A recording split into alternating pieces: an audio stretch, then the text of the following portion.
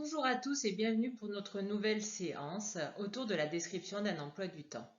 Donc, comme vous le savez, au cours de la séance précédente, nous avons déjà travaillé un certain nombre de points lexicaux, grammaticaux, nous permettant de décrire une partie de l'emploi du temps.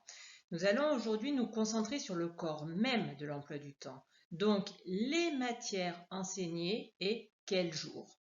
Pour cela, nous allons réviser les matières, en découvrir des nouvelles, mais aussi découvrir la préposition de temps que l'on placera toujours devant le jour pour pouvoir former notre phrase correctement.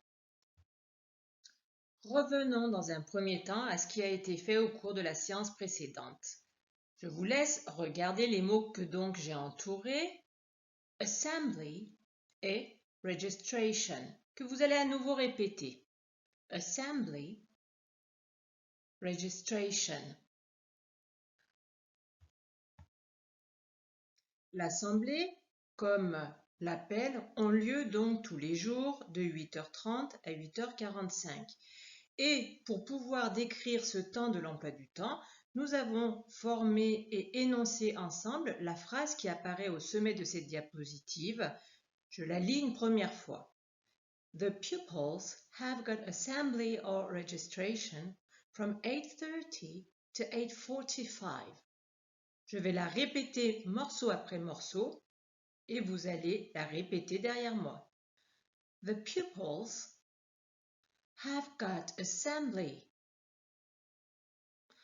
or registration from 8:30 to 8:45. Nous nous sommes ensuite concentrés sur le temps de pause, la récréation, qui a lieu de 10h45 à 11h. En anglais, break. Écoutez et répétez. Break. Break. Et nous avons énoncé la phrase suivante. They have got a break from 10:45 to 11. Écoutez et répétez. They have got a break from 10:45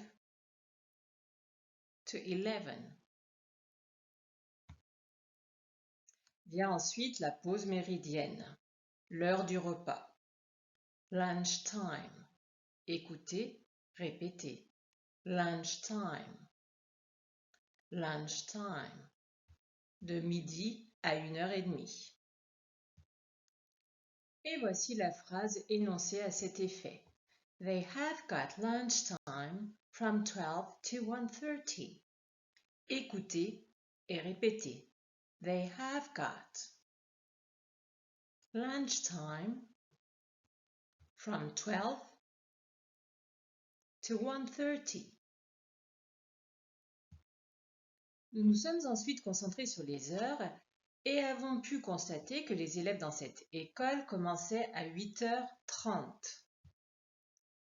La phrase que nous avons énoncée à cet effet est donc la suivante. They start at 8:30. Écoutez et répétez.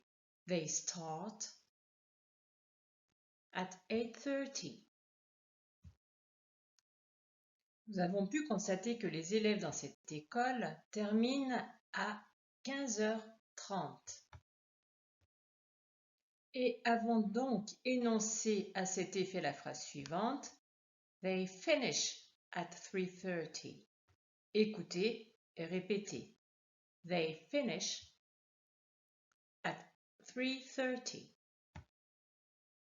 Nous allons maintenant nous concentrer sur le corps même de cet emploi du temps, c'est-à-dire les matières enseignées tous les jours de la semaine.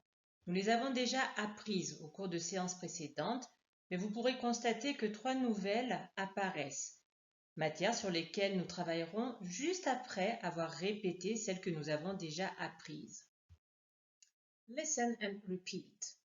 English, Math, Geography, History, Science, ICT, PE. French. Music. Art. Design and technology. Vérifions ensemble que vous connaissez bien le lexique, le champ lexical des matières. Je vous pose la question, vous laisse le temps de répondre et vous donne ensuite la réponse. What is number 2? Maths. What is number 10? Art. What is number 7? PE.